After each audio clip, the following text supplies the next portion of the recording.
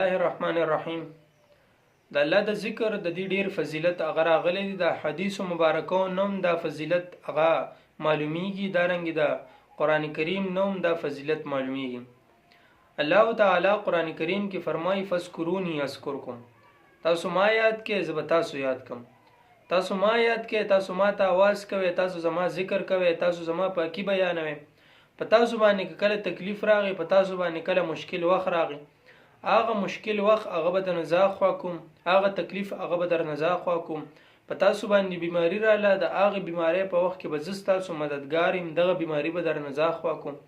تاسو ته د دنیا په لحاظ سره څه نقصان ورسید، دغه نقصان په وخت کې به زه تاسو سره خو تاسو ما یاد کې نو اذکرکم، زه به تاسو یاد کوم. دارنګه په مسلم کې یو روایت دی د جناب ابو هريره رضی الله تعالی عنہ او د سیدنا ابو سعید خدری رضی الله تعالی عنہ د دې دوه روایت دي چې نبی علیہ السلام فرمایلی دي چې خلق اغیرا جمع شي، مجلس هغه جوړ کی او په دغه کې دی ذکر د الله تعالی وکي، نو ملائک هغه دی ترازی او د دین راتاویږي او رحمت کې رانغاړي او سکینه او اطمینان هغه په دی باندې نازلېږي او الله تعالی په خپل مجلس کې د فرشتو مخې ته د دې ذکر کوي. نو دا دونه فضیلت چې انسان ته حاصلېږي، یو خو دنیوي لحاظ سره هم الله تعالی د دنه تکالیف خوا کوي، بل دته دا هغه دونه اوچته مرتبه حاصل شي چې د فرشتو په منځ کې الله د ذکر کوي، فرشتي هغه په د باندې دغه راتاویږي د دنادي پر رحمت کې غران غاړي، په دی باندې سکینه او په دی باندې اطمینان هغه رالیږي.